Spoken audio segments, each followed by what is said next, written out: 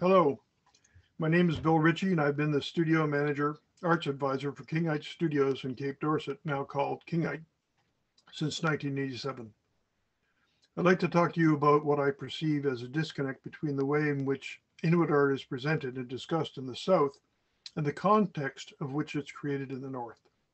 Clearly, this is a huge topic, so my plan of attack for the next few minutes is to quickly identify three of what I see as significant disconnects in Southern discussions of Inuit art, and to follow this with an introduction to the work of a handful of artists and printmakers who are or were working in the Kinngait Studios.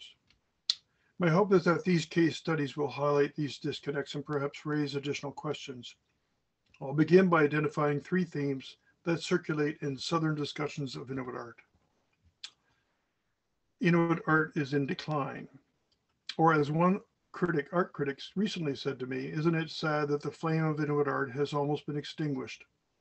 This perspective is based on the notion that was such a thing as pure Inuit art, and that anything that deviates from that work in terms of content, aesthetic approach, material use, etc., is somehow lesser than.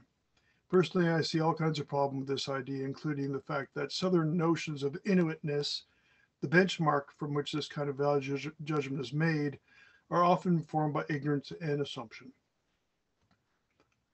The second theme I'd like to identify is Inuit artists are the same as Southern artists, that the context in which Inuit artists create their work is the same as that of Southern artists. And the third, the co-op system has run its course, to be replaced by a Southern model that sees relationships with individual artists rather than an organization acting on a collective co-op structure. I'd like to begin with a little context about myself. I was working at St. Michael's print shop here in Newfoundland when I first heard about the Cape Dorset print shops. I got a phone call from this guy, Terry Ryan, the then general manager for the co-op, who invited me to come to Cape Dorset as a visiting artist. I said, where? And he said, there. I was no stranger to life in the North by then. I moved to Labrador in 1976 to work with artists and craftspeople in Nain for a summer and turned into 7 years. After 3 years in town, I ventured out and built a log house 30 miles south of the community and spent most winters there. Living room, dining room, kitchen, smokehouse, sauna, and the guest room. I began to draw again after years of just learning how to live in the North.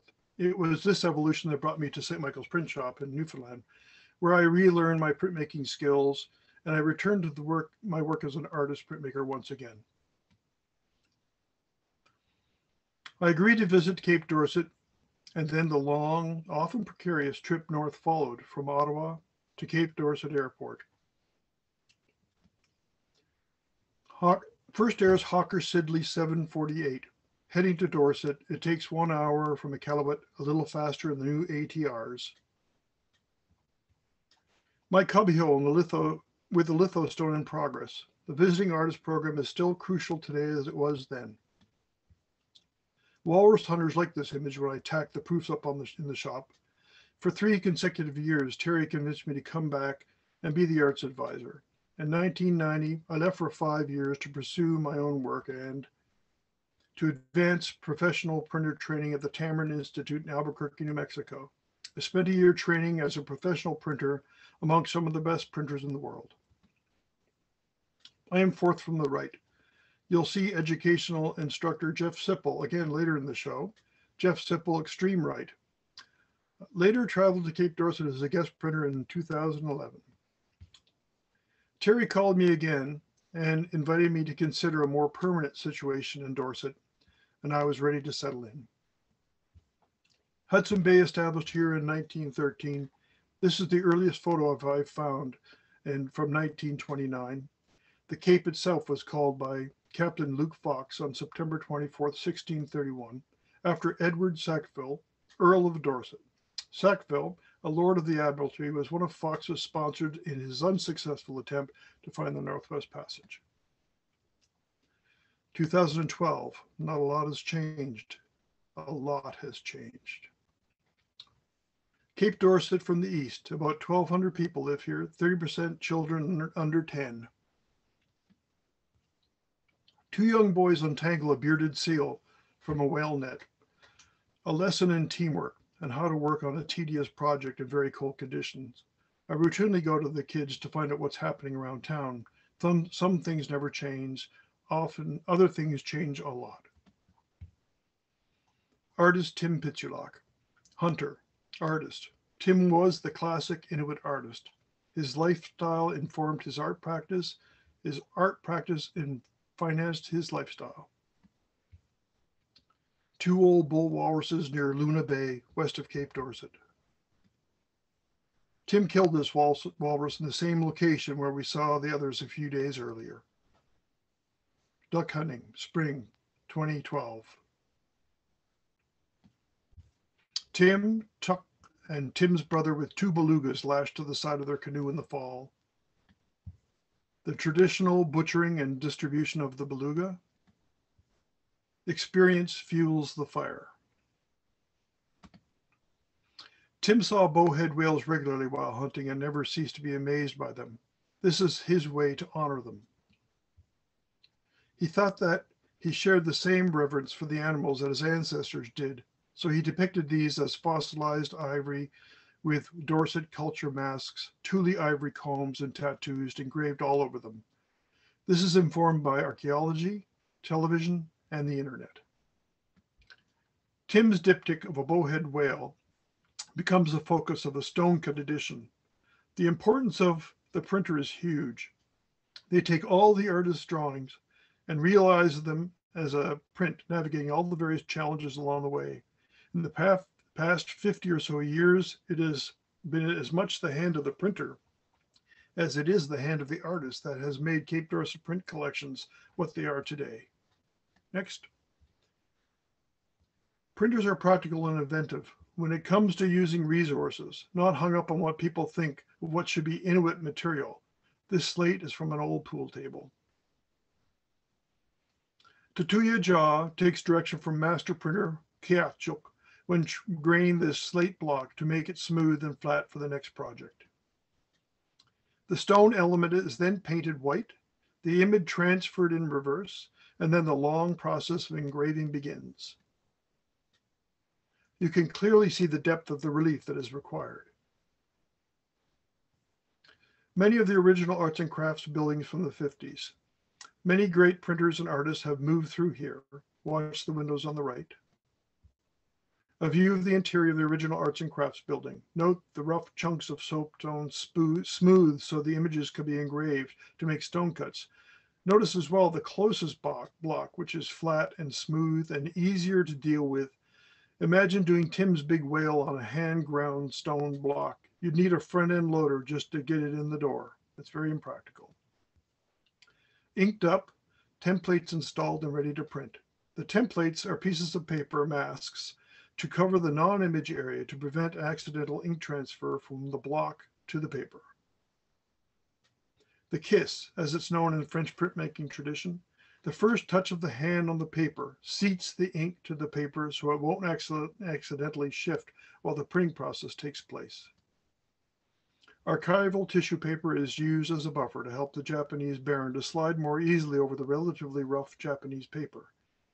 The printer can now see the dent or impression the block leaves, the block's relief has on the paper. Care must be taken now not to pierce the paper with the sharp edges of the stone.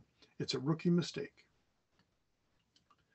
After the baron, the entire image is then spooned with elliptical soup spoons. Each printer has their own spoon and occasionally wear them out. The facets on the back of the spoon show the wear, and some printers pad the handle to help reduce the blisters and calluses on their hands. Various proof impressions. It isn't until this stage that we know how the image is working out. A lot of time and resources are put into a project up to this point, so careful consideration is given to proceeding to the edition. Computers, internet, satellite TV, digital cameras, and video are ubiquitous as rifles and hunters' canoes or a baby and a woman's amauti. This was Tim's iPad. He owned a number of iPods, a few digital cameras, and everything is loaded on the print shop's computer. Everyone shares this resource as well.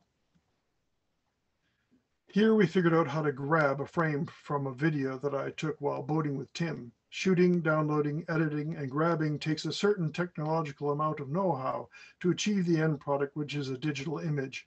Iqaluit is a famous landmark of Cape Dorset Island, where it is reputed that the shamans competed by climbing to the top.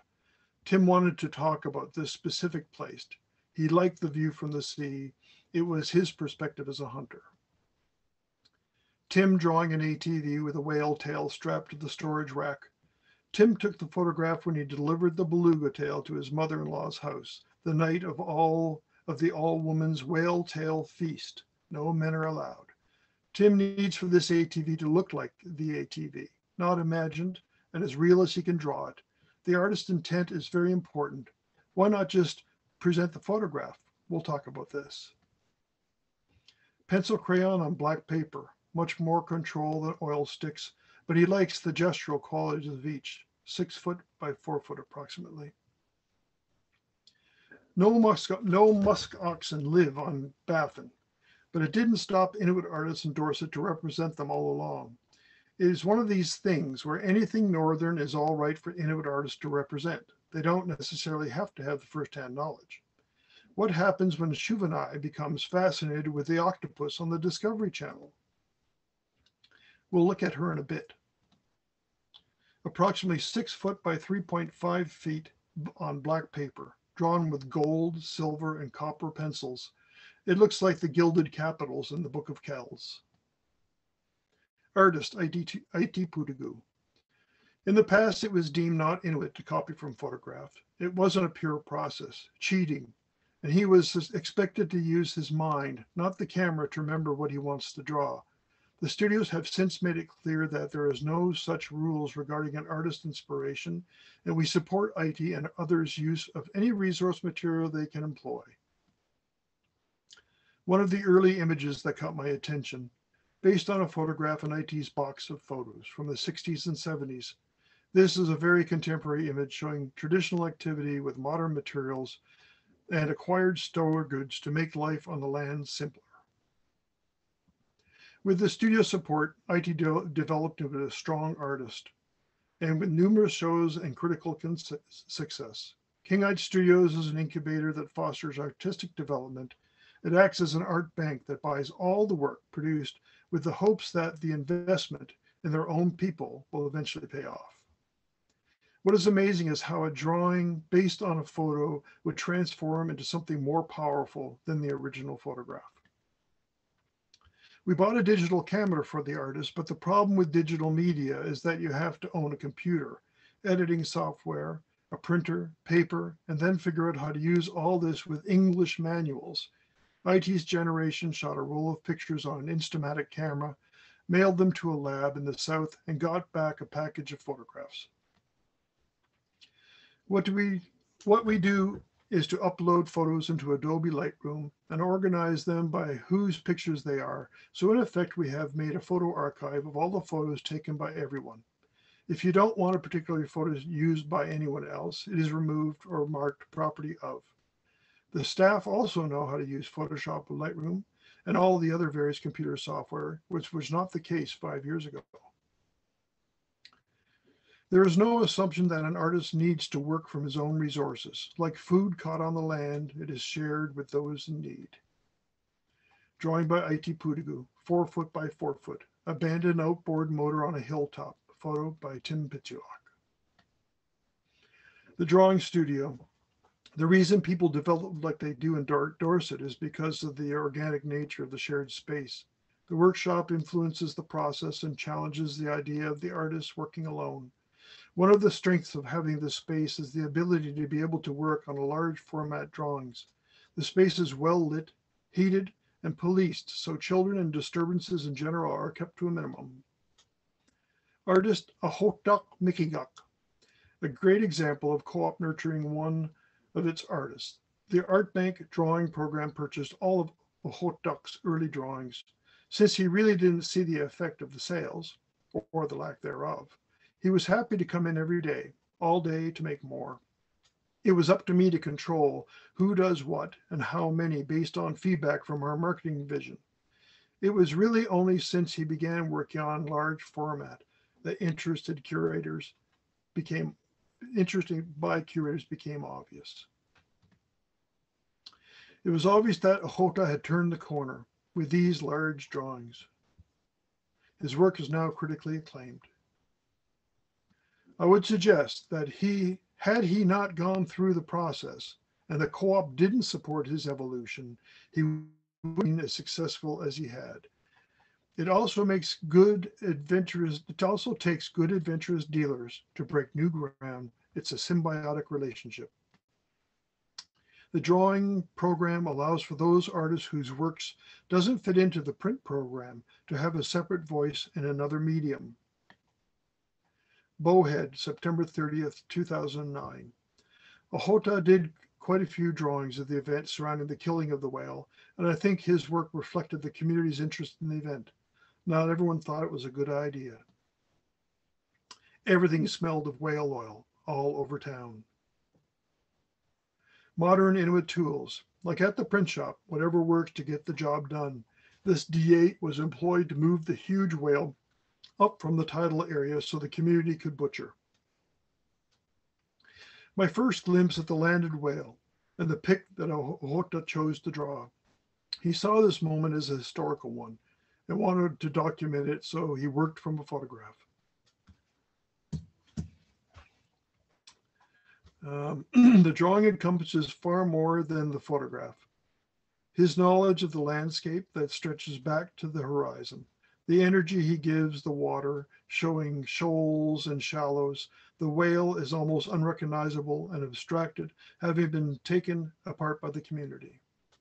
Artist Anago Ashevak. Anago didn't conform to the norms of what Inuit art was supposed to be. The co-op buyers of the day saw his passion and commitment. It is our mandate to foster and encourage new artists.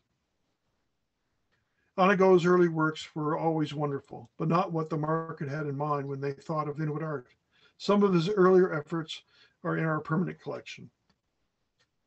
He experimented with any and all media, fluent in English and understood Inuktitut extremely well. If he heard me mispronounce a word, he would sit with me until I got it right. Oil stick on paper. He saw these clouds one evening and he had to do something about them. In 1984, Japanese-Canadian artist Nobuo Sawai gave a printmaking workshop in block printing. Since then, what he taught has largely been forgotten until recently. A complex drawing that stayed in my selection drawer for many years. We decided to register the print in order to allow the printer to better address the qualities of the image. Noburo's registration jig left is in the open position. Each sheet of paper is a line, then the lid is dropped to puncture the paper along a series of fine nails. Every time the paper is placed, it will always align with these pins so you can reliably place the paper in alignment with the previously printed impression and achieve a perfect registration. The block is then inked. It takes a steady hand to ink two colors that meet together. This is a proof to try to figure out how best to ink the block. The black wing line, the eye are inked as well, but in the final inking, Kiachuk decides to include the brown rock that the ptarmigan is sitting upon. The jig locked down, Kiachuk spoons the paper into the ink. The entire edition is pulled in this way before the block is recut for the final printing. A huge amount of confidence is required to do this type of printing. The printer has to be able to see the outcome before it actually happens. The block has been recut, darker colors applied. You can see through the thin paper the details. Kiachuk's spoon modified to suit his hand so not to cause blisters during the long editioning process. He will have to do this process 130 times. Original drawings were intended to act as maquettes to be used as a starting point for the print program. All of the drawings chosen to be used for the print editions are kept in the co-op's collection. Kinngait Studios. He came to work in the studio later in life. He preferred working at his home. In order to draw on large paper, he chose to come in. It was remarkable to have him in the studio, full of younger artists. Everyone shared the same discipline, the same focus. Kinngait always had a following for both drawings and prints. He was like Kinngait in that every collection had a healthy dose of his work, and they always did well for the collection and for the co-op. His success directly helped the co-op finance the works of the young and less successful artists so they could have an opportunity to evolve. Kinngait rides away, one of the last times that I saw him. Nivi rolls up the key plate for Kinngait muskox with a leather roller and stiff ink. In the past, visitors got the tour of the studios. They were shown stone cut, but not lithography. Lithography was not seen as the original or authentic way to make Dorset prints, therefore inferior. Somehow, even the market believes the same myth. Lithography is an incredibly complex medium, and it is interesting to note that there is no manual in Inuktitut for the process, so everything has to be learned and then passed down from printer to printer, learning by doing, the Inuit way, or Inuktitut. With the previous 4 colors already printed on this paper, the key plate, black, is registered and printed on top. Check the registration marks to align them properly. Happy day. This impression was approved on the spot. Now he has to edition 65 more sheets of paper on 5 separate plates. That's 325 times through the press. 4 plates and a stone proof, represented here by the paper impression on the far right, make up the muskox print. Kinngait, master printer, chops one of Kinngait relief prints. As in the Japanese tradition, both artist and printmaker sign the impressions in recognition of the role the printer has in the process. Chops of artist and printer's signatures from the beginning of the studios. We can thank Jimmy Manning for having forethought to collect and save these talismans of the Kinngait Studios. Havavau Manomi. Havavau is both an artist and a printmaker, which brings a dual skill set to his craft. He is the #1 senior printer at the co-op. He has excellent technique and determination. 2 of his recent drawings exploring dams, breaches in security, or the natural world taking over. Havavau inks a small Kinngait stone cut, then applies the previously printed paper on a 2-color impression.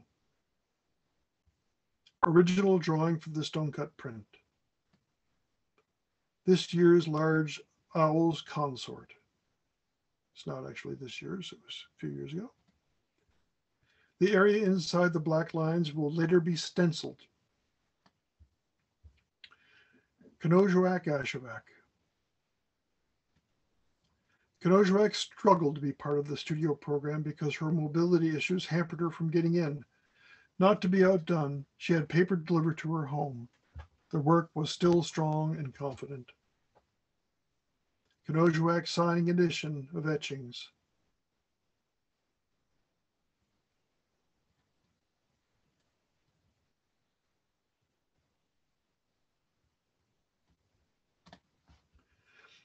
After a few moments of indifference, Kinngait gave me one of her classic looks. She had been photographed so many times. I wonder if this is how she wants to be seen. Training. Master printer Kinngait Nunavut teaches 2-year veteran C. Pudigu some of the inking secrets. Tutuya Ja was taught how to properly grain lithographic stones, a daunting project of physical endurance and careful execution. He did all 20 of our stone collection.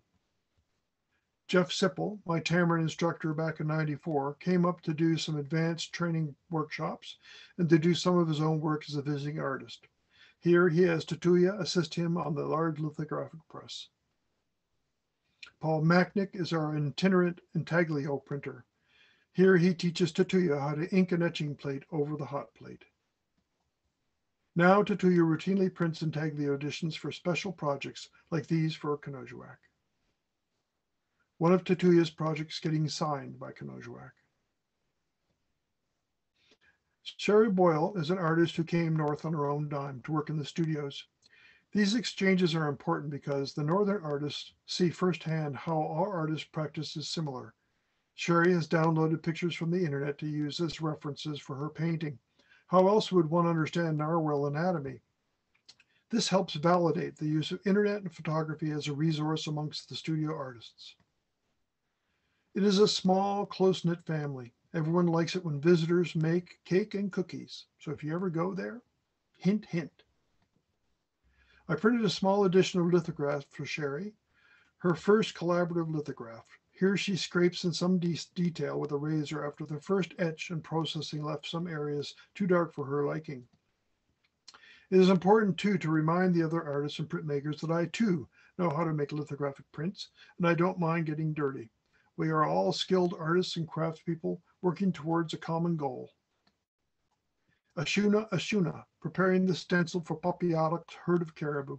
Ashuna has the right temperament to be a good stencil stone cut printer one day. He is the newest member of the team.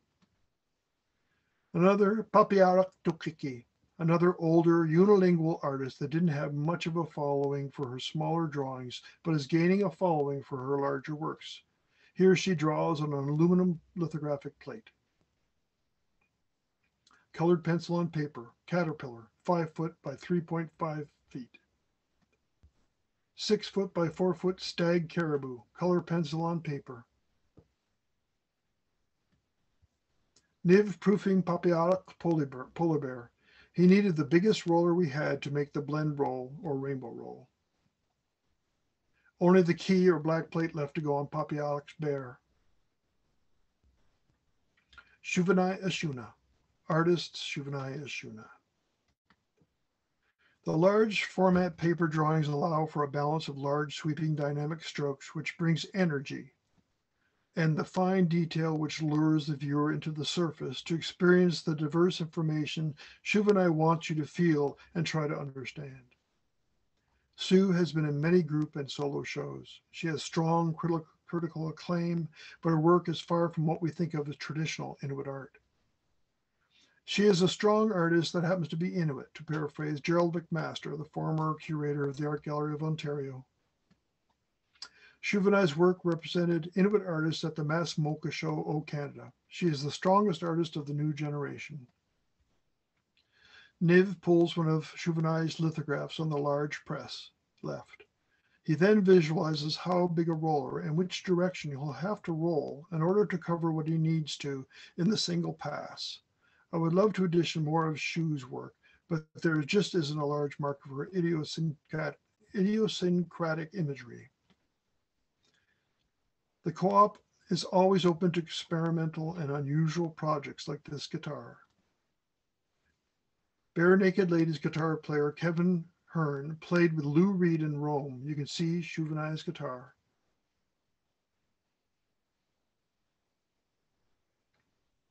Shuvenai has received critical success with many solo shows, catalogs, and articles. It is only now that her work is becoming collected by a new group of collectors that are either looking at Inuit art again, or they are new eyes seeing something fresh and powerful for the first time. Master printer Niviatsi and I looked through Shuvenai's worlds proof of various papers. Proofing can be a difficult process. At times, none of the proofs look good, so we have to start from scratch and do it all over again. Thank you very much. I hope you enjoyed it. Any questions?